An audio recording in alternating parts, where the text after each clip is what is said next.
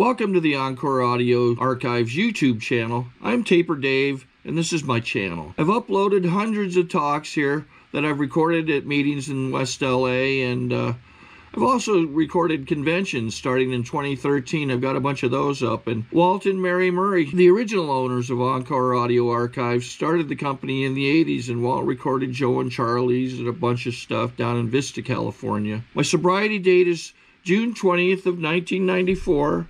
I hope you find something you like, so please like and subscribe to my channel and comment down below. If you want to hear something that I don't have or that you don't see, I'll see that I get it. Anyways, take care and have a great day if you want to. Hi, I'm Kelly, and I am a grateful member of Al-Anon. What a great topic for this meeting. I don't have to be alone anymore. And I was just sitting there and listening to the readings, what a wonderful reading, and looking out at everybody. And there are familiar faces here today and unfamiliar faces here today. And I love that, because for today, we're all drawn here for the same reason, for recovery and for a dose of happiness.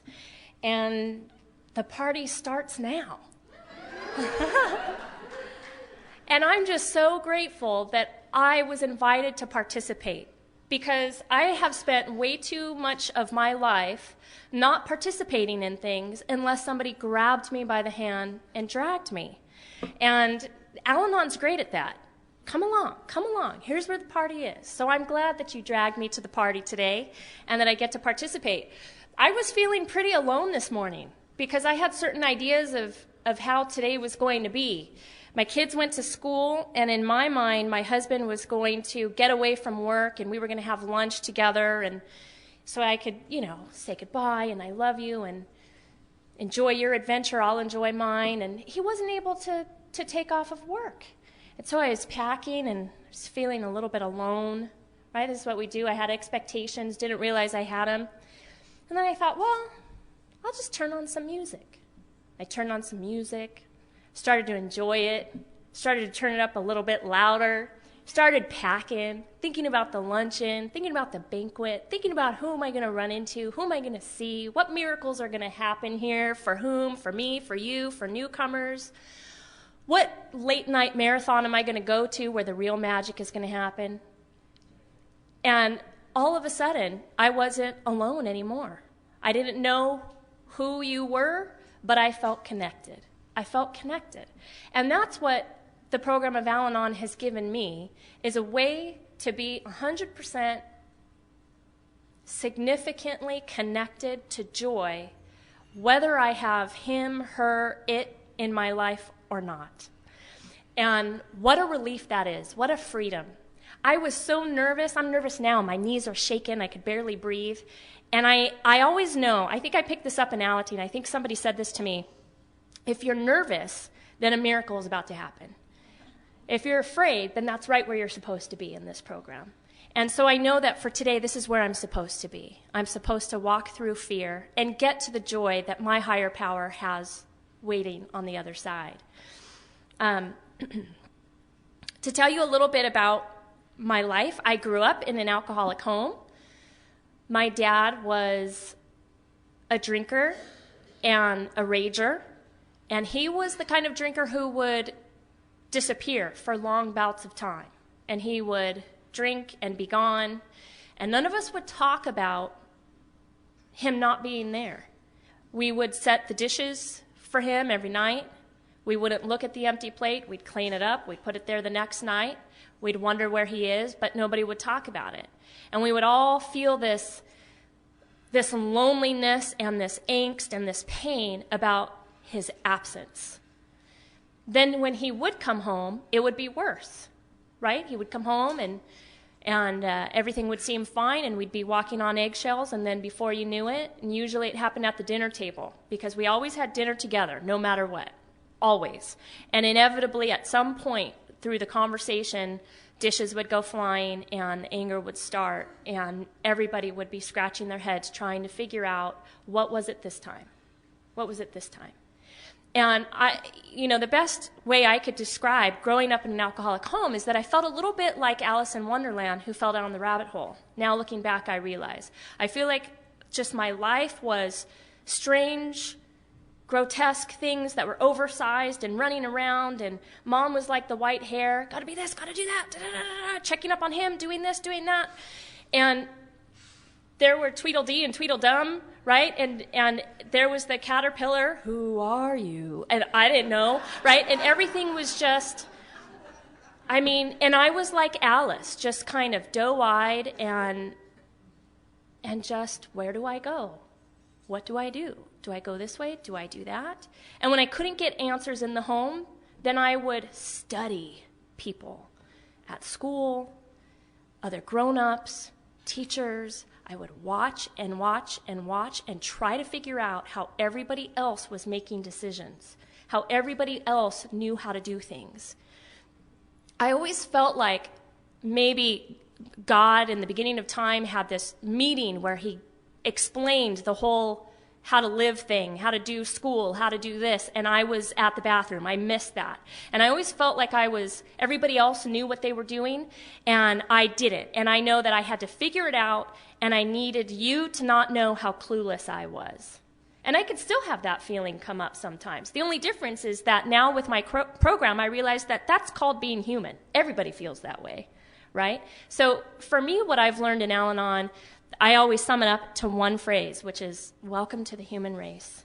You guys taught me it wasn't that I was insignificant or I was doing something wrong. I was just human. And Al-Anon has taught me the difference between character flaws and just being human. And I could be much more loving with myself today. But as a child, I didn't know that. I had an older brother who was quite a star in our family. He was an athlete and a star athlete. He was written up in the paper, and any money we had went to buying his equipment and financing all of his adventures. And whereas my brother was an exploder, which is why he was such a great athlete, he took all of that rage and got it out in sports. I was a burrower, and I just burrowed deep inside. And I was quiet, and I was a goody two-shoes. I got A's and B's in school. My parents' friends would come over and say, oh, you're so sophisticated for your age. You're so mature for your age.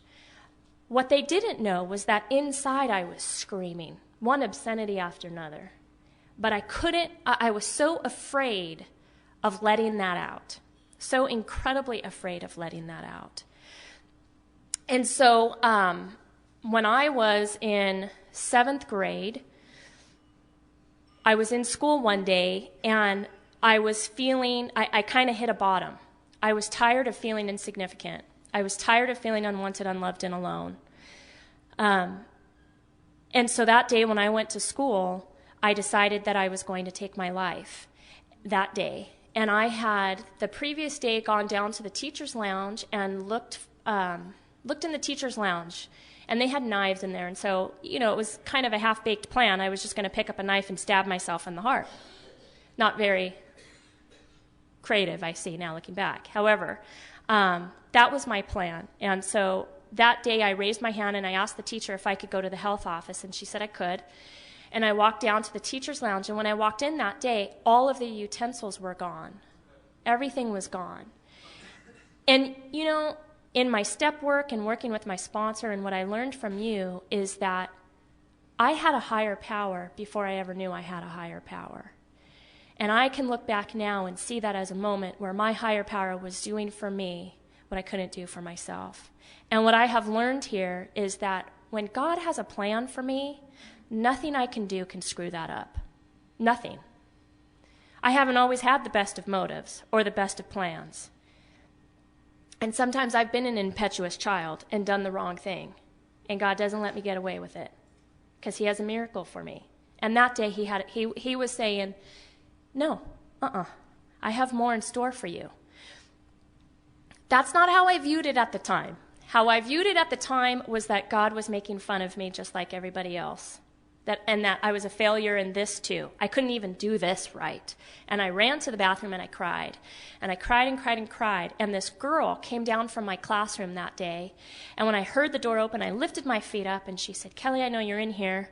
And I was quiet as long as I could. And she said, I know you're in here. Come out. And I came out. And that was the first time I was ever honest with another living soul about anything.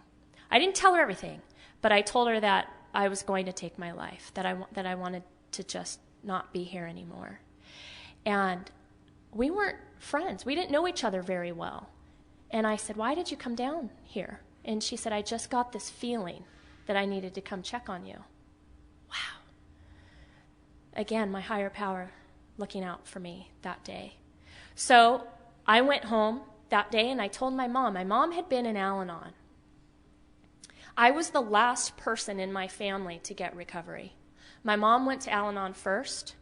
My dad went to AA second. My older brother went to Alateen for a little while and then decided it wasn't for him. This day I came home and told my mom, "Well, I almost killed myself today." And she said, "I think it's time to go to Alateen." And I told her, "I can't go. I cannot do that."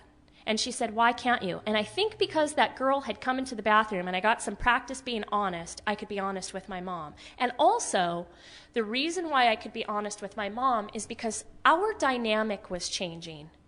Because she was going to Al-Anon, she was no longer that crazy, rigid person that we come into Al-Anon being.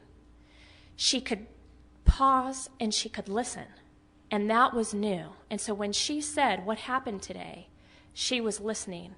And man, that's all I wanted. That's all I wanted. And so I told her, I don't think I could go. There's no way I could walk into a room full of teenagers by myself. There's no way. And she said, "Well, what can I do to make it easier? Because you are going to go." And I'm so grateful because I'm so grateful to my mother that she did not give me a choice to go to Al-Anon. I fought her. I called her names every car ride to every meeting for I don't even know how many months. And she suffered. I remember looking at her and telling her, "I hate your guts. How can you take me to this meeting? I hate your guts." And she had tears. She had tears. She would smoke her cigarette. She had tears. And the reason why I'm crying now is because I know what she was doing is she was connected to you. And so in that moment where the daughter that she cherished was yelling at her, she was holding on to your miracles that she heard in the meetings, and she was putting it into practice. And she turned to me on one of those occasions driving to the meeting, and she said, "That's okay. You can hate me." And that stopped me in my tracks. And I said, "Well, what do you mean I can hate you?" And she said, "I'm your mother and I love you. And I care for your recovery. And if you need to hate me for me to help you, then that's the way it's going to be." So the way she got me to go was, she was very clever. She asked an Al-Anon friend who had a son if they wouldn't mind coming to the house and we would drive together. And so when that doorbell rang that first time for my first Alateen meeting, and this other woman answered the door, she had this very attractive son. And all of a sudden my attitude changed. I still remember his name. His name was Brady. I have no idea where he is. But you know, when I saw Brady, all of a sudden, no problem. I have no problem going to Alateen. And I started going to meetings for Brady, just to see him. And I'm so glad that we don't have to have the right motives to get in the doors of Al-Anon and Alateen, because I didn't have the right motives for quite some time. But by the time I did have the right motives, everything that people were sharing in the meeting was sinking in. I was like a sponge, and I didn't realize it. I thought I was resisting it all because I thought I had this wall up, but it was trickling in. And so even though I went to see Brady for the longest time, you know, eventually he stopped going, and I kept going. And I'm so glad that I did. Here are some things that I learned in Alateen that changed my life. We don't talk about the alcoholic here. And the way I learned that, you know, Alateens are blunt. And I remember when I finally had enough nerve to raise my hand and share. It took a long time for me to raise my hand and share in a meeting. And when I did, I started talking about my dad.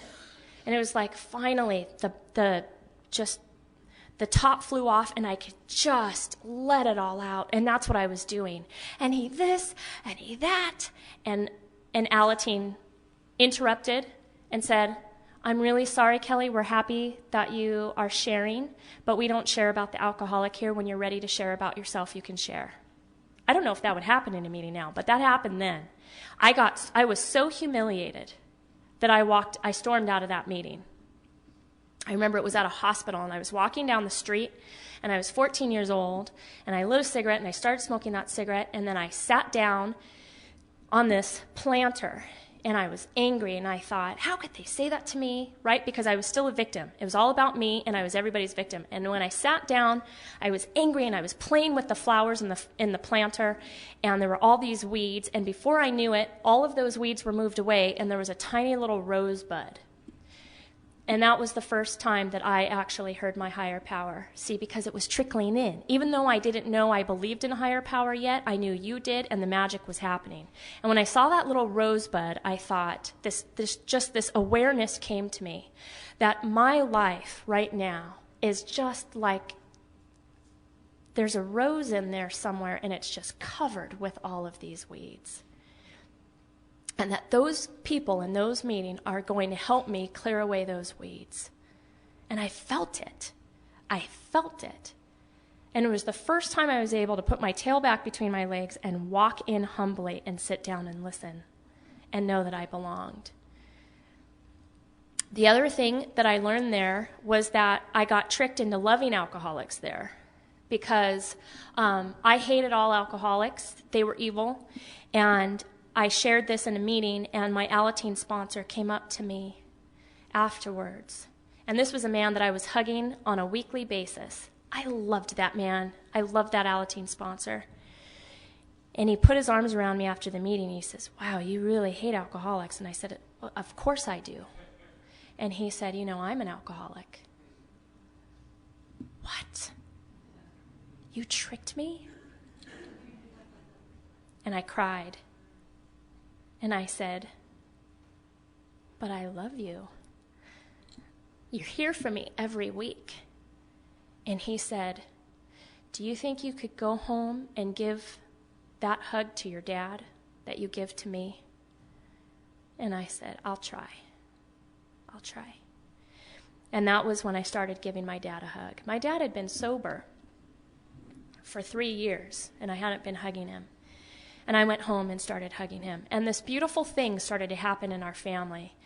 My dad was working his program, my mom was working her program, and now I'm working my program. And we're having conversations at the table about what we're learning in our program and what our sponsors are telling us. And anytime one of us, is sharing something, some crisis, we'll say, "Go call your sponsor," or, we'll direct each other to, "I'm not your solution, go find it."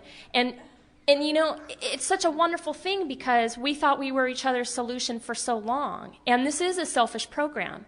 And my mother is my biggest hero in my life. She was the trailblazer. She went to Al-Anon and suffered everybody's hatred one at a time. And eventually, every family member found the rooms that they needed to find.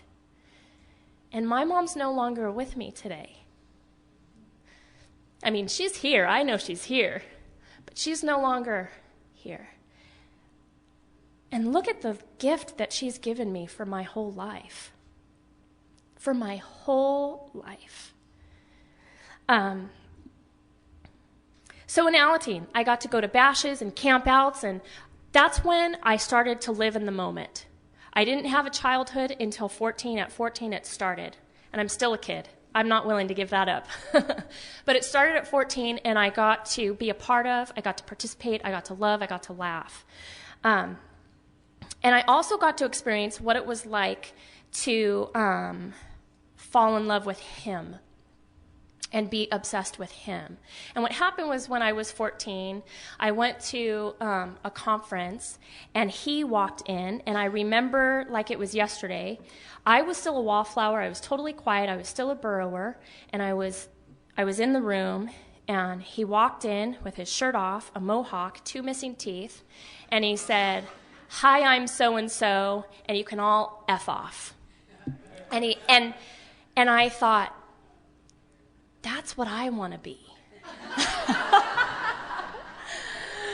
I know that sounds strange, but for a person who felt so like she couldn't let anybody know, to have somebody who just owned it and just proclaimed it.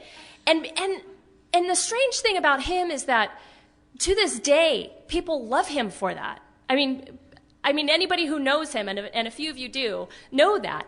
And I understand now why I was so attracted to him, because I wanted what he had. I wanted that. And so our relationship began. And before that point, I had never known what it was like to be obsessed with another individual. And that relationship was on and off and on and off for the next 6.5 years of my life.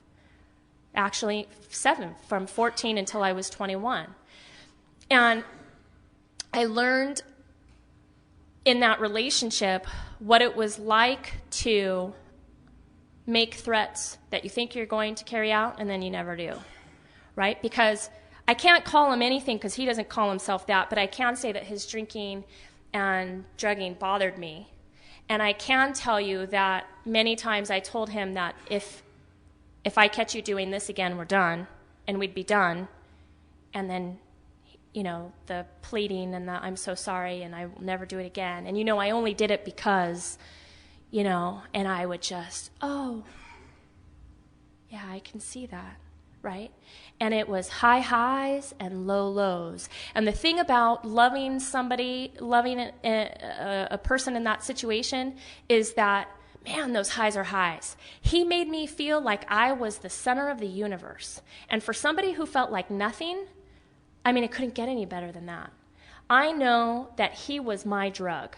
He was my drug, because when I was with him, nothing touched me. There was not a care in the world. And when I would be away from him in those moments where we would break up, all of a sudden things would be hard again. Things would get really hard, and I'd find myself picking up that phone and calling him, and we'd be back together like that, and it was just like denial city, right? As long as we could lead that wave of just happy high, we would. And the lows were low, right? The lows were low. We would get back together every time, and the last time that we got back together. See, every time I would get back together with him, I would feel ashamed. I don't know if you know what I mean, but we would get back together, and I'd find myself, kind of how I've always thought of an alcoholic taking that drink. After getting off the phone or getting back together, I'd think, how did I get here again? How did I get here again? Why did I let him back in again? Because the high would not last as long every time. And so I finally, the last time, decided, we got back together, and I felt that shame within 15 minutes after getting off the phone, and I called him right back and said, I can't do this anymore. And I think my higher power gave me the courage and the wherewithal, and this was because of the program.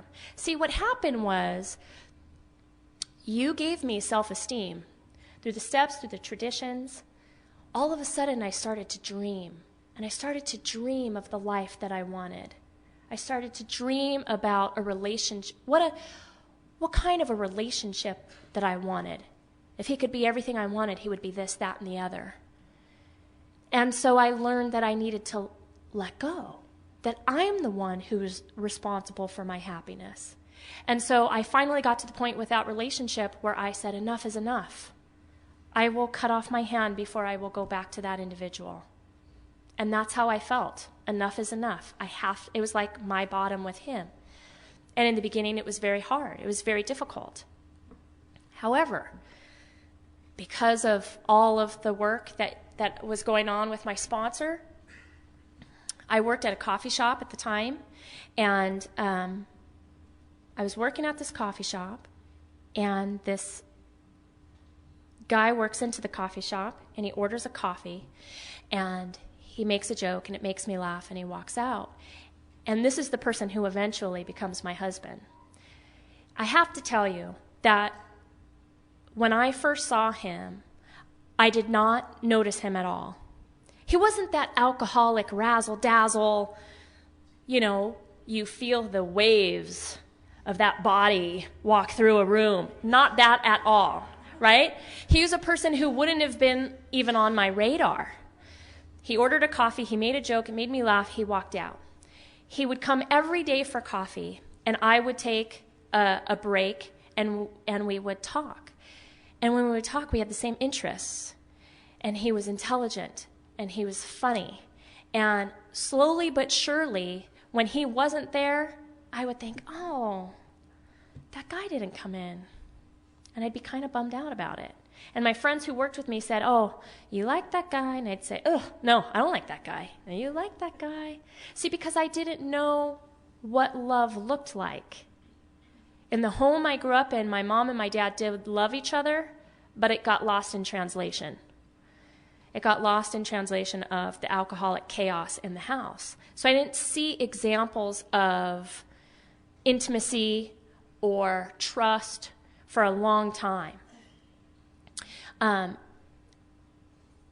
My husband one day left a note on my car, and the only way we were interacting was him coming to the coffee shop. And he left this note on my car this one day that said, if you're not busy after work, feel free to stop by. And it was a map to his house.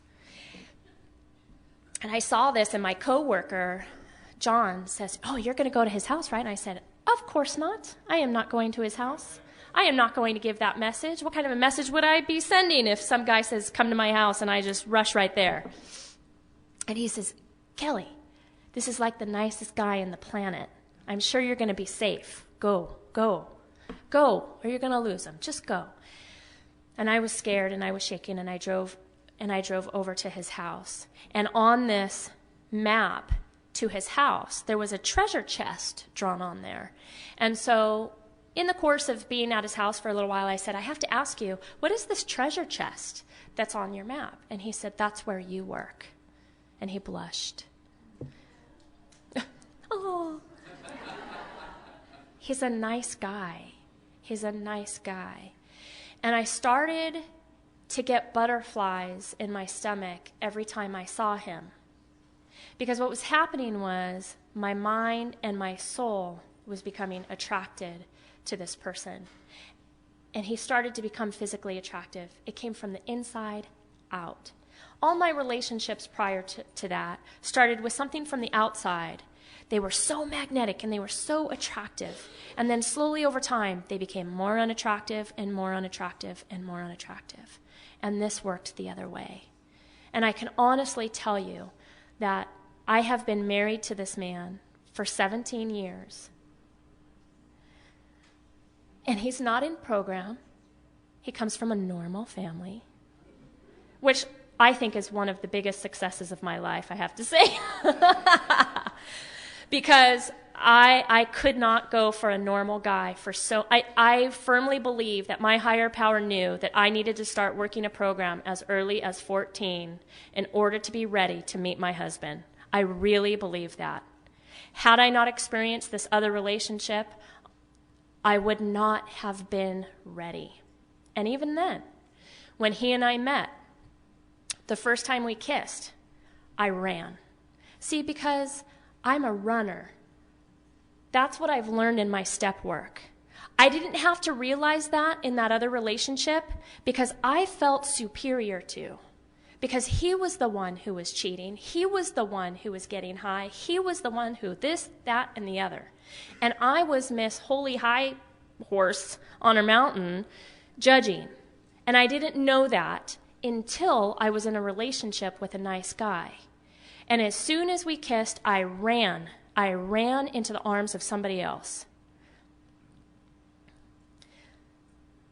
And I was at the San Fernando Valley AA convention, and my sponsor was there. I arrived on a Friday night, and I bumped into her, and we sat down, and she started talking to me about that guy, and meaning my current husband. And I said, let me tell you about this new guy I'm dating. And she kept interrupting and saying, oh, this is the one who's your friend, right? Oh, this is the one. No. Long story. There's another guy. Da-da-da-da-da-da. And she'd say, oh, but is he your friend, dear? Is he your friend? And I don't know how many times she said it. Maybe the 14th time I heard it. And I got that sinking feeling. Kelly, you've made the biggest mistake of your life. And it's like the clarity of my running, my fear, my relationship issues, they all hinged on her comment. And this was before cell phones, and I said, I have to go. She said, you just got here. The convention just started. I said, I have to go. I have to go back to Orange County, and I'll explain it to you later. And I got in my car, and I drove all the way from the San Fernando Valley to Fullerton, California. And it was a Friday night, and I said, I'm going to call him, and I'm talking to my higher power in the car out loud. I'm going to call him, and I'm going to tell him everything.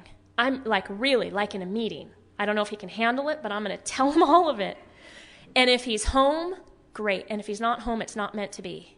And I feel that desperation of righting this wrong. And when I got to my apartment, I called him. Can I come over? Yes, you can. I get to his house, and he won't let me in. He says, we're going to talk out here. And he's got that wall up.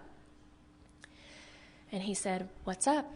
And I said, oh my gosh, I have to tell you, I just discovered. I don't know how to do relationships, blah, blah, blah. And I told him everything. It was like a fourth step. I told him about my relationship. Here's what it was like. Here's the role I played. Here's the role he played. I thought I was better then. I only know how to do that. I don't know how to be equals. When you look at me, it scares the heck out of me because like you see my soul, makes me want to run and hide under a rock. I don't know how to do this. I don't know how to kiss a person who I know is going to maybe kiss only me for the rest of my life, who loves me. I don't know how to do that. And I said, I'm so sorry.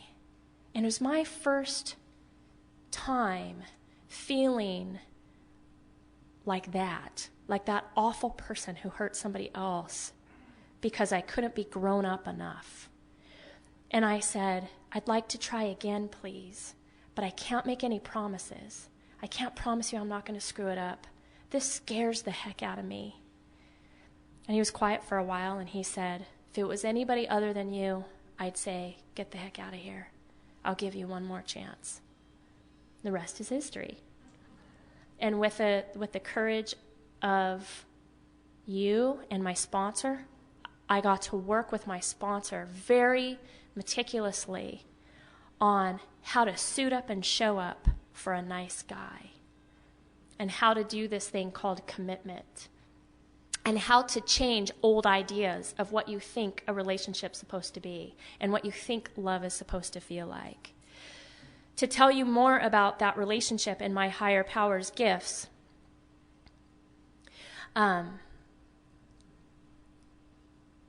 when we were married in 1997, and in 2006, my mom passed away. And she had a heart attack. I didn't get to say goodbye. It was sudden. And my husband was so sweet. I got the call, and he could tell by the look on my face, and he immediately got into action without me saying anything. He made a travel mug of coffee and said, I love you, and he kissed me on the head, and he said, go. And I got in the car, and I drove to the hospital, and my mom was on life support for a week until all of us family members could figure out how to say goodbye. And, when my mom passed away, this program became very hard for me. And I remember going to my home group, and the ladies there would put their arms around me and say, how are you doing? How are you doing? They knew my mom, and they knew me since I was 14. And I looked at one member, and during the break, I said, what do you do when sitting in a meeting hurts worse? Because since 14 years old, I've been doing this thing as a family thing. And she said, oh, honey, I don't know. And she cried with me. And it was so comforting to hear her say, I don't know. Because I knew nobody knew. So I hadn't heard anybody share it. And she said, if you have to go, go. We'll keep a seat warm for you. If you can stay, stay. We love you. And I was on a committee. I had a commitment. And I walked into that convention on Friday, and the bottom dropped out, and I felt like I can't do this right now. And I talked to the chair and said, I can't do this. And he said, I understand, I love you. And I went home. And right on the heels of that, I got pregnant with my second child. And my husband and I thought, you know how we do this thing where something happens in our life and we think, oh yeah, we know what this means. And when I got pregnant after my mom passed, I thought, oh, this is going to be the up. This is going to be the upswing, right? This is going to be the joy. We got pregnant. This is going to help. So I got pregnant, had my baby, and at 3 months of age, she started to have seizures. And she started to have between 100 and 200 seizures a day. And there was nothing we could do. And we took her to Ocaac Hospital, and we got her diagnosis. And we found out that she has this extremely rare form of epilepsy that they don't have any answers for. And the doctor sat my husband and I down and said what her prognosis was. And he told us she will most likely never walk, she'll never talk, and she'll never know you're her parents. Sorry to interrupt your viewing. Taper Dave here. Just wanted to take a second to ask you to like and subscribe to my channel. Let me know if you like what you're listening. I've got some very good talks here, and this one's a great one. Just curious, do you think this is better than Zoom? Tell me what you think. And the best thing you can do is institutionalize her. And it was at this time, it's not the same, I realize it's different, but it's at this time that my journey began in Al-Anon of knowing what it was like to watch your child decline. And I'm sure it's different when your child is drinking than having seizures, but when people share about their children who are alcoholics and how hard it is to watch them decline and not be able to do anything about it, it touches a nerve for me. And I think of little Charlotte. So the doctor tells us our prognosis, and then you guys were with me in that hospital because I said, okay, that's the textbook, that's the clinical, now tell me, do you have any miracle stories? Let's get to it. What are the miracle stories? And he said, there are a few, but we don't understand them, and I wouldn't count on it happening. And he said, basically, we don't have a medicine that works. We combine a whole bunch of them like a cocktail, and we just hope that, and it won't work, and we'll keep messing with it and messing with it and messing with it. And we said, okay, let's start. And we had to make a lot of difficult decisions. And I got to know the feeling of having to make decisions of life and death and having to just hold on to my higher power's hand and let go of the results. Because I didn't know if the decisions I was making were going to heal her or kill her. The medicines that they were telling us we had to use were that strong. And so my husband and I would have a group conscience. We took the traditions. We worked the traditions in our family, and we would take a group conscience, and we would come together, and we would decide together. And it began this long journey of making decisions. She had seizures for 2 years. And after one of her treatments, her seizures stopped. And today she hasn't had a seizure for like 5 years. And what happened when she had those seizures is she stopped developing. And since her seizures have stopped, and since she has been weaned off her medication, she has started to develop again. Now, I don't know where this will lead. As far as our journey together, I cannot project. Because if I project, I have her needing me to look over her shoulder and help her with everything for the rest of her life. If I project, I see people taking advantage of her. If I project, I see all of those things. And so now I understand once again, I'm grateful I grew up in an alcoholic family. My daughter, Charlotte, was given to me very intentionally. I know that because of you. And I, once again, going back, I needed every meeting, every step, every tradition, every crisis, every chaos, every single thing to get me where I needed to be that mom of Charlotte.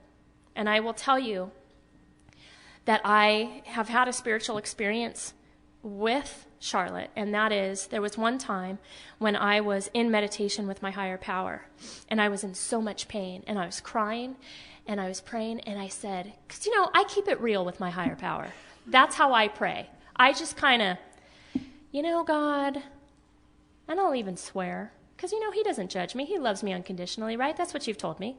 So I'll just be me.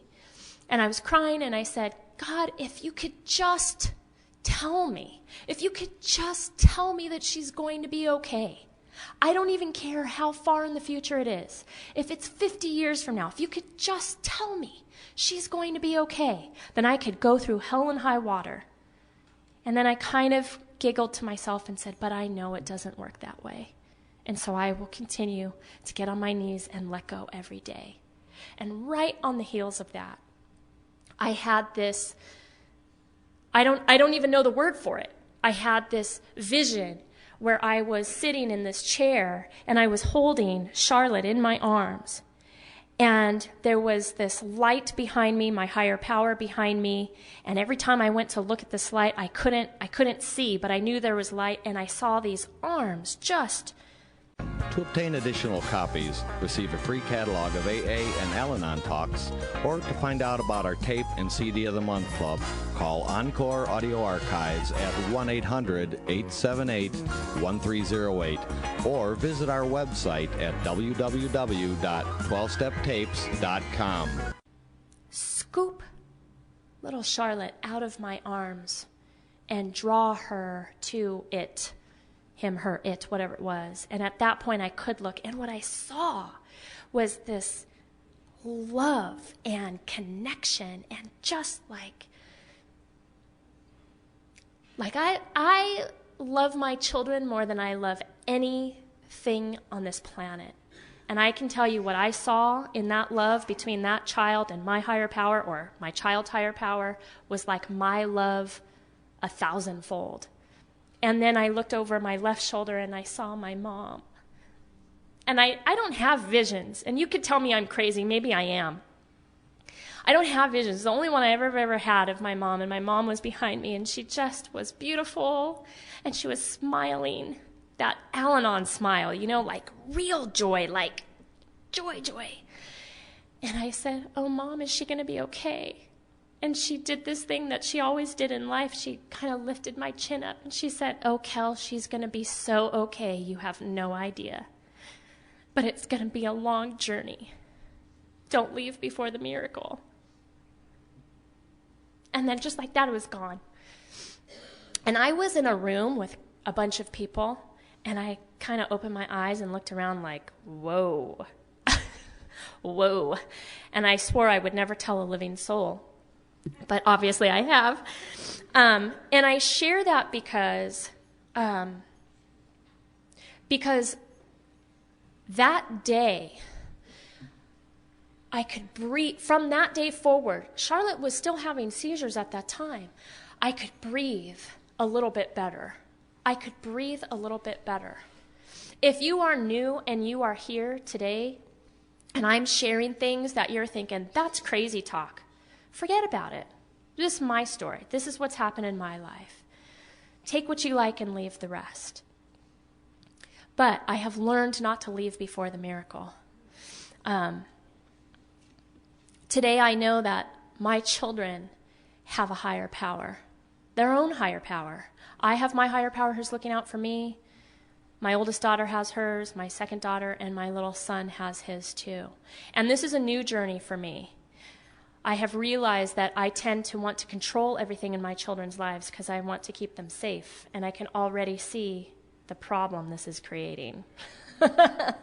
So I am now listening once again in my meetings, and listening to the moms and the dads share about their journeys with their teenagers and their preteens, and taking note and filing that away. But my solutions when I got here, I didn't have a sponsor for a long time.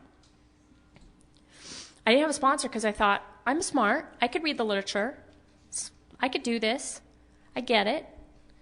And I did that for a long time. And what I found was I was doing 1, 2, 3, 1, 2, 3, step 1, 2, 3, 1, 2, 3 over and over again. And when skipping back to when I met my husband, I knew that I needed to be accountable to another woman and share with her how frightened I was. And that's when I ran to a sponsor. And that's when my program really kicked up a notch. And I asked a woman to be my sponsor who had a sponsor herself. She went to meetings on a regular basis, at least 2 meetings a week. And she worked the steps and she worked the traditions. And when she would share, she was always real. She would always share this wisdom and this solution. But then she would always share how she messed it up today with her husband, with her kids, and then she'd share the solution. And there was a sense of humor that she had about being human. And there was a deep spirituality that she had, and that's what I wanted. And so when I asked her to be my sponsor, that's when the game stopped of when somebody would ask me, how are you doing? And I'd say, fine, right? And then I'd still continue to feel all alone. First time I called her, she was a fast talker. She's a fast talker. And I called her, and she said, hi, how are you doing? Am I going to see you at the meeting tonight? And I said, yeah. And she said, great. All right. See you then. And she hung up. And I thought, oh, no. And so I got out a piece of paper, and I wrote down everything I was feeling. And my fingers dialed her number again, and she answered the phone. And she said, hi, what's up? And I said, can I just read to you what I wrote? And she says, yeah, sure. And I read to her how not fine I was. And she said, oh, I see. And we talked, and we talked. And my solution for like the first 3 years of my relationship with my sponsor was take contrary action and let it begin with me. And I swear that is still, those two are still the big doers for me in my life. Take contrary action, because I was terrified. I'm telling you, I was one of those people who would get to a meeting 5 minutes late so I didn't have to hug anybody, so I didn't have to stand around not knowing what to do, right? Because I didn't know, am I supposed to do chairs? I don't know how to do chairs. I don't know how to do the ashtrays. People smoked in meetings back then. I didn't know how to do these things, right? And I would also watch the clock, and 5 minutes before the end of the meeting, I would leave for the same reason. I don't know how to stand by myself. I don't know how to go talk to people. And so she would tell me, and I told her that. I would call her and say, I have a confession to make. And that was always our phone calls. I have a confession to make. Because I had been keeping everything a secret for so long. Keeping everything a secret. I needed you to know that I knew what I was doing. And so with her, I could say, I don't have a flippin' clue on how to go to a meeting. I don't know how to stand around. I'm so uncomfortable in my own skin. Can you help me? Can I just attach myself to you? And in the beginning, she said, yes, you can. I'll save a seat for you. Oh, God, that was so important to me. I would get to that meeting. She'd have her purse, and I'd think, oh, thank you, thank you, thank you, thank you. And I'd sit down. And then at break, she'd say, go hug 5 people. And I'd go, ah, ah, ah. And I would. And I'm still kind of, sometimes I still interrupt people. I still don't do it well. I still interrupt people and walk away when in the middle they're talking to me. And, I'm still clunky and clumsy. And I've been in this program 20-something years, and I still walk away going, oh, geez, what did I just say to that person? They didn't realize I was being funny. Oh, gosh, right? I mean, I'm human. It's the same thing. And I would call her because I was starting a new career, because I wanted my whole life, I loved literature and I loved the stage and I wanted to be an actress. But the problem with that was I was the shyest person in the world and I was the most insecure person in the world. And so I took these acting classes and I had these people who believed in my talent, but then when I would get up on stage, I would just freeze, right? I would just freeze. And so when my husband and I got married, I was going to follow acting for a little while, and I decided, no, I'm going to run from that, and I didn't know what to do with myself, and so my husband made a suggestion. He said, why don't you become a teacher? And I said, that's the last thing I want to do. I do not want to become a teacher. But it was the most practical thing to do. And what my sponsor had been working on me with was stop running away from the doors that you're in and shoving open new doors. Stop doing that. Because what she pointed out is that anytime anything got uncomfortable, and everything did, because everything is a journey of self-improvement, right? That's why we're here. So everything inevitably gets uncomfortable. Everything good gets uncomfortable. Not that that's bad. It's just you're getting transformed into the beautiful thing that your higher power wants you to be. So anytime anything got to that sticking point where it got uncomfortable, I was like, well, I'm done with that. I think I want to be this instead. I'm done with that relationship. Hey, that guy looks good over there. I mean, I would just run from one thing to the next. And so she worked with me on stop running, stop shoving open those doors. So when my husband made this suggestion, she says, well, what's your degree in? And I told her. And she says, well, where would you need to go to school? Well, right across the street. She's like, well, it seems to me that that's the door that's open. Okay, fine. And so I went through that door, and I tried to run away. There was one day in particular in my career that I couldn't do it. It's like I had a relapse into being so shy that, I heard a long time ago when I was a teenager, I heard this AA share. Gosh, I wish I knew who. It was a long time ago, but he talked about the vulture on the headboard. I don't know if that rings a bell for anybody, but he would say that he would wake up in the morning and there was a vulture on that headboard, and that vulture would say, oh, I'm so glad you're awake. I'm so glad you're awake. You know that thing that's on your leg? It's cancer. When you go to work today, they're going to find out you don't know what you're doing, and you're going to get fired. And man, when he shared that, I thought, you are so my people. That is exactly what I suffer from. And so on this particular day in my career, I couldn't do it. I woke up that morning and I just couldn't do it. I was too afraid. I was horrible at this adventure. And so I called my master teacher and said, I quit. I can't do this. And she says, what's going on? And I said, it's too hard. It's not worth it. I never see my husband anymore. I'm sick all the time. The kids don't appreciate blah, blah, blah. And she says, all of that is true. Take the day off, go to Starbucks, write some poetry, do whatever, and then I'll see you tomorrow. Now, see, this woman, my master teacher, she was like my sponsor in Al-Anon. She was one of those tough ladies. Now I realize that my higher power knew I needed a sponsor in my meetings and I needed a sponsor in my new adventure. She's not in program, but boy, God was speaking through her. And so I wanted to say to her, what I really wanted to say to her was, get out of here. I'm an adult. I don't have to come back. I quit, and you can't keep me from it. But I was terrified of her. I wanted to impress her, and I said, okay, fine. So I showed up the next day. And when I showed up, she locked the door of her classroom, and she looked at me, and she said, this is the hardest thing you'll ever do in your life. And she went on this rampage. This is true, this is true, this is true. And she said, you used to play sports. Didn't you have a coach who pushed you so hard and you hated his guts the whole time and you complained about it? But at the end of the season, when you achieved this, that, and the other, you looked at that coach and said, wow, we did it. If it weren't for you, I would have never gotten there. And I said, no, I never had that coach because I always quit. And she said, now I understand my role. And she said, listen, you don't have to become a teacher. She said, I think you'd be a fool not to, because I think you're born to do this. But it's your choice. You don't have to become a teacher, but you're going to finish what you started. And this was the same thing my sponsor was saying to me.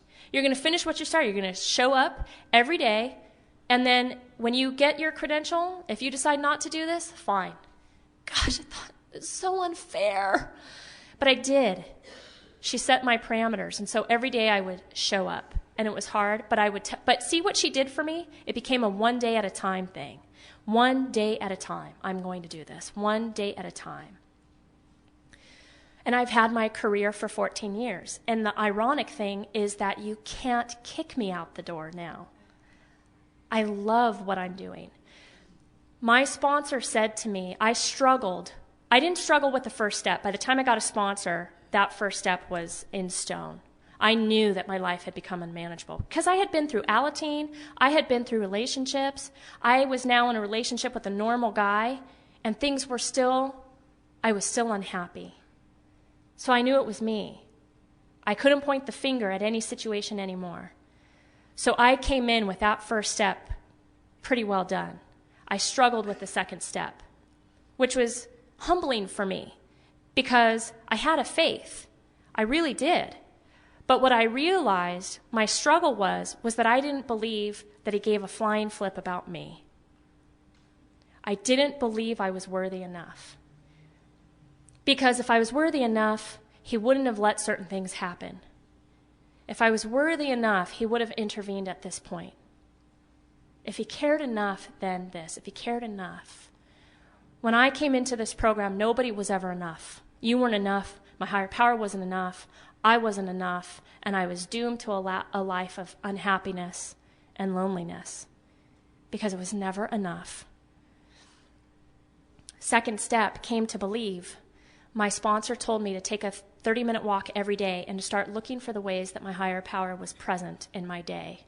And she said, when you start doing this, you're going to have things come back to you from earlier in your life, and go with it. Your higher power is going to reveal when he was in your life prior to now. I still do this. I still try to take a walk for a half an hour or even 15 minutes every day. And I am telling you, when I first started, I would see 1 or 2 ways that my higher power was in my day. And now, the reason why I go for a half an hour and sometimes for an hour is because it just keeps coming. It just keeps coming, right? Oh, I got to wake up today. Oh, nobody cut me off today. Or I have all my arms today. I have all my legs today. And it's like my brain doesn't stop with all the ways my higher power is just giving me one gift after another. I get to be a mom today. You know, before Al-Anon, I was looking at all the ways he wasn't in my life. And I could do that now if I wanted to. My recovery hinges on my perspective. It hinges on my attitude. And so today, I choose happiness. When I first heard that in these rooms, I hated that phrase. Gosh, did I hate that phrase. Right? Choose happiness, choose happiness. Yeah, right, if it was only that easy. And now it is. It is that easy. In the midst of seizures. In the midst of losing my mom. It doesn't mean I'm not going to feel pain. It doesn't mean that I'm not going to maybe be disappointed that people aren't doing things my way. But I can feel those things and walk through those things, holding your hand, surrendering them to my higher power on a daily basis. And as soon as I surrender, I get to look at where my feet are, and my feet are on that trail outside in the sunshine, and now I hear the birds chirping, and man, God placed that bird right there for me. What a beautiful song, right? And it's like my brain all of a sudden is connected to the source of joy. Trudging the happy road of destiny. I don't have to be alone anymore. When I am thinking about all the ways that you're not enough and he's not enough and my higher power is enough, I have isolated myself from the joy because I'm too afraid. And when I allow myself to look for the good, I connect. I connect to you. I connect to my higher power, to your higher power. There's nothing that stops me from that ever-flowing source of joy but myself.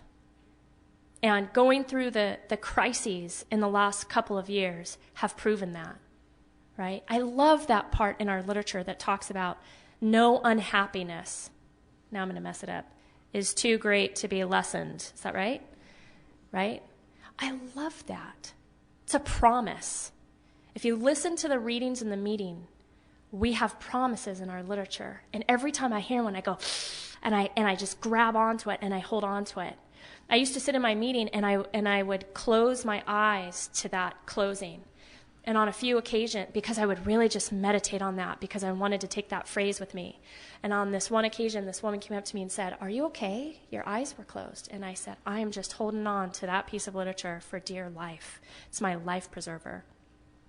My sponsor also gave me a bracelet with one word on it. It said trust. And she gave me a visual for when nothing could get through here. And it jingles. She's so smart, that sponsor. I swear there's a sponsor school that she went through, right? I see it, it jingles, I hear it. And so every day I would practice trust. Turn it over and trust. Go on your walk. Kelly, look for ways that I have painted the day with love just for you. just for you. And what I said to my sponsor with this second and third step was, show me in the literature where it says that my higher power wants me to be happy, joyous, and free. Because I cannot turn my life and my will over to just a power. I need to know that that power wants me to be happy, joyous, and free. And she said, I know it's in there. I can't remember. Let me talk to a few people. And like within 5 minutes, she was back at me. Here it is. Oh, yes. Because I swear there's something magical about the literature. If it's in the literature, I feel like it's a promise. So I know my higher power wants me to be happy, joyous, and free. And your higher power wants you to be happy, joyous, and free. And so then began the step through the shame. The steps 4, 5, 6, 7, 8. Oh my gosh, what a gift that process has been. What an absolute gift. Because now looking back, what I can see is the whole time I was doing 1, 2, 3, 1, 2, 3, 1, 2, 3, it's kind of like I was putting this veneer of recovery over all this muck, right? And I could go on that recovery, but I wasn't going through. There were more miracles that my higher power had in store for me and has in store for all of us. I really believe that these steps are miraculous for me. Because I got to go back, and my sponsor said, when you do your fourth step, I want you to pray. I want you to pray that God will bring up everything that's supposed to be brought up. And if you feel it, write it. If you feel it, write it. Take your higher power with you. Okay, that's what I did. So I'd pray. And she'd say, don't stop your pen until you feel like he's done talking. It was exhausting writing that fourth step because he took me back through. I found myself writing things like, when I was in elementary school, nobody would play with me on the playground. And I'd think, and right away I'd be the Al-Anon. I'd judge myself for it, right? I'd write that down and say, that's stupid. That's not good enough to go on a fourth step. I mean, just the not good enough, right? But she told me, write it down, so I'd write it down. And so I found myself writing all kinds of things. And what I got to see is that all of these resentments that I had, and so many of them I wouldn't have called resentments. They were just things I was holding on to. I wasn't angry about them, but they were in there, right? And so when I wrote this fourth step, there were all of these things that were coming up. And when I went to her house for my fifth step, I sat with her and I shared with her, and she smiled, and God bless her, she listened to the whole darn thing. I mean, it went on and on and on. And she listened to the whole thing, and she'd say, oh, me too. Oh, me too. Oh, me too. And so here was the spiritual guru in front of me who was saying that she did these things too. And then this monarch butterfly flew through her garden, and she said, I've never seen that monarch butterfly here before. And she said, your higher power just sent you a gift. Did you see that? No, but I see it now. And now every time I see a monarch butterfly, I say, thank you, God, for sending me that monarch butterfly. I mean, really, the gifts around me all the time are there for the taking. And I feel the love. I feel the love. When I don't feel the love, then I know that I am isolating myself. And that's how this disease affected me. Because, you know, for the drinkers in my life, and there are still some drinkers in my life, I don't know who all of them are, and that's progress, but, you know, when they feel, they drink. And for me, when I feel, I think. And I think hard. And I put everything aside to think. And as soon as I start thinking, that is going to take me on the path to isolating. Because I don't have time to participate. I don't have time to play around. I don't have time to go to the party. I don't have time to go to the convention because I have some serious thinking to do. And then slowly but surely, all of my miracles start to dissolve. And they all start to crumble. And so what my sponsor taught me was take contrary action. That's what I was saying before. Just put it down. Just stop thinking. Who cares? It'll work itself out. It'll work itself out. Just get there. Just go. Just get there. Just go. You know, if a friend calls me from the program and says, you want to do this? Yes. Always what's happening inside is, no, I don't know how to do that. I don't know how to do that. But I've been trained well by you. Just say yes. And then when I go, the discomfort lasts for 20 seconds. And then I'm smiling and I'm having an adventure. Today, my life is such a wonderful adventure. I'm surrounded by teenagers all the time, and I get to participate in their life, and they get to participate in mine. I'm surrounded by Al-Anons all the time. I'm surrounded by recovery. I get to watch your miracles. You know, my family used to speak together. And I was sharing this with somebody. My mom, my dad, my brother, and I used to speak in LA County. We've lived the journey of one person going into program, then all of us, then family recovery, then speaking together around California. And then that changed when my mom passed away. And I moved to Orange County. My dad moved to Orange County. My brother lives somewhere else. And all of a sudden, it came to my heart one day, and I prayed, God, I miss my mom, and I really miss those miracles that come with being able to give back what was so freely given to me in this program. I miss those miracles. And it was like a week after that somebody called me and asked me to speak at a meeting. And the journey evolved, and it began again. And today I get to be with you and share my story. And when I started, I didn't think it was going to go this way. I didn't think I was going to lose my mom at such a young age. I didn't think that we were all going to separate. I didn't think this, I didn't think that. But you've taught me to not leave before the miracle. And I'm so glad that during that time where I had to walk away because being in a meeting was more painful, I'm glad that my higher power kept a seat for me. I'm glad that you kept a seat for me. See, I thought when I walked away that was it, that I was done with Al-Anon, that the miracles were over for me. I got my miracles with my family, and now it was somebody else's turn. And now I realize it doesn't work that way.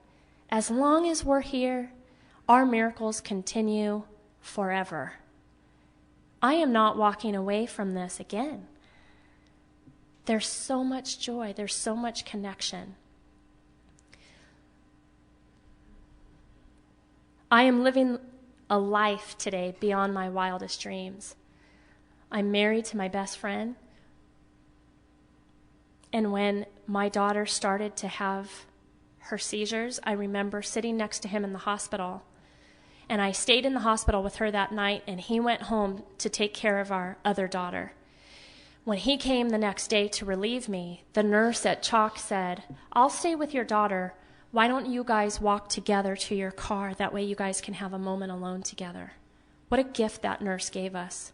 And we said, okay. So we went down the elevator. And now, as we hit the doors of that hospital, I have this moment where I thought to myself, I'm going out, I can see the sunshine. I'm about to walk into the sunshine. The last time I was in that sunshine was when I didn't know that my life was going to come crashing down, and now I'm about to walk back out into that world with this reality now. And we walked outside, and we're quiet, and we're holding hands, and I'm reading. There are these bricks that are down on the ground where these kids have painted these beautiful bricks, and I'm reading them, and there's all this joy around me. I can hear the birds, and I can hear the sun, but of course I'm devastated. And I look up at my husband, and I say, did you ever think when you proposed to me that we would end up going through something like this? And I'm crying. And he said, no. Are you ready? And his just light-hearted, no, I didn't, but are you ready? Let's do this. Let's crush it. Let's do it. Was so healing to me. That's the man I married. Al-Anon has been the same way. I had no idea when I went home to my mom that day and said, I almost took my life today. And she said, you're going to go to Alateen. And I thought it was like a life sentence of just awfulness. I had no idea what miracles were in store for me. My entire life today, I owe in gratitude to everybody who has walked in Al-Anon before me, to everybody who's walked in AA before me, everybody who's walked in Alateen before me. This is a family disease, and it is a family recovery. And I love these conventions where we celebrate the AAs, the Al-Anons, and the Alateens together. It makes me incredibly happy. Alateen is incredibly important to me. in a place that I traveled to not so recently, there was very little Alateen. And I was talking to somebody, they were saying their meetings were dwindling. And I was saying, how can we get it going? How can we get Alateen going a little bit more? Because I have to tell you that if I didn't have a place to go when I was 14 years old, it very possibly could be that I'd be in the other rooms today. Because I didn't have any coping mechanisms. But because my mother forced me to go to Alateen, I learned the 12 steps and the 12 traditions at a very young age. If you're new and you're not feeling any miracles and you're not feeling any connection and you're feeling uncomfortable, you're right where you're supposed to be. Don't leave. We got your back. You might be uncomfortable. We're going to hug you. We're going to smile at you. We're going to ask you how you are. And you could say whatever you want. You could say you're fine, or you could say I'm not fine, blah, here it all is. And we're going to love you through it. I read something when I was a teenager that is still the most powerful thing to me. And it was by a poet named Rilke. And he said, how are we able to forget those ancient myths that are about dragons that at the last minutes turn into princesses? Perhaps all the dragons of our lives are princesses who are waiting to see us once beautiful and brave. So you must not be saddened if a restlessness like light and cloud shadows passes over your hands and over all you do. You must think that something is happening with you, that life has not forgotten you. It holds you in the palm of its hands. It will not let you fall. I want you to enjoy this weekend. Welcome to the party. Hug and love each other. And if you see me in the halls, please give me a hug, and I'll hug you back. Thank you.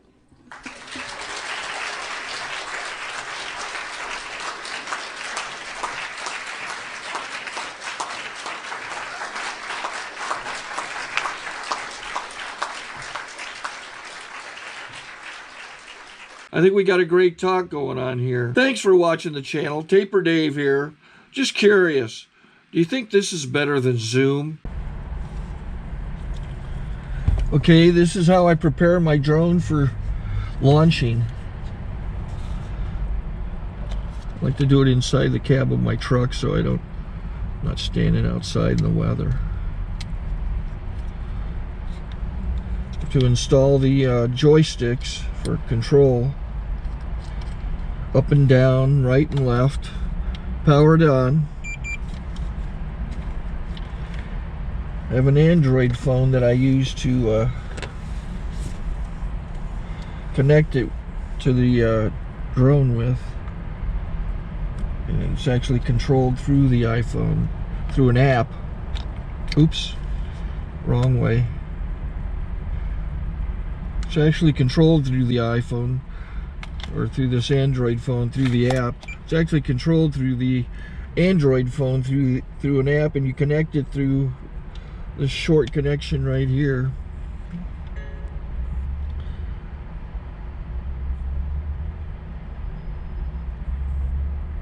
Remote control connected. Remote control's connected. So I pull out the drone. I have to extend the legs. Long legs extended first, then the short legs. Remove the gimbal protector.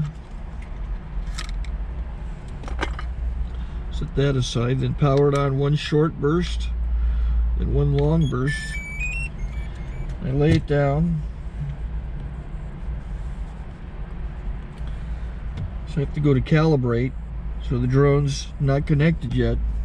It shows you here as this drone gets disconnected, even though the remote's powered on. So the drone has to establish it's connected. So I go into the app to calibration mode. First I'll calibrate the remote controller. Start calibration. Out, in, oop, out, in, up, down. And then this little wheel is to control the gimbal. So it's calibrated. Go to gimbal calibration, start calibration, and then it calibrates the gimbal. I don't know if that shows up. The gimbal's moving all over the place. Changes, you can see it on the video. And I'm calibrated to take off. It's acquired 7 satellites at the moment. There are 26 satellites up in the sky, which it has to acquire before you can take off. So it's connected. It's got enough satellites. This is white. I can go to press this little arrow button, swipe right to take off, and it would start the motors if I slid this to the right. But I'll wait till I get outside. Don't want to do it inside.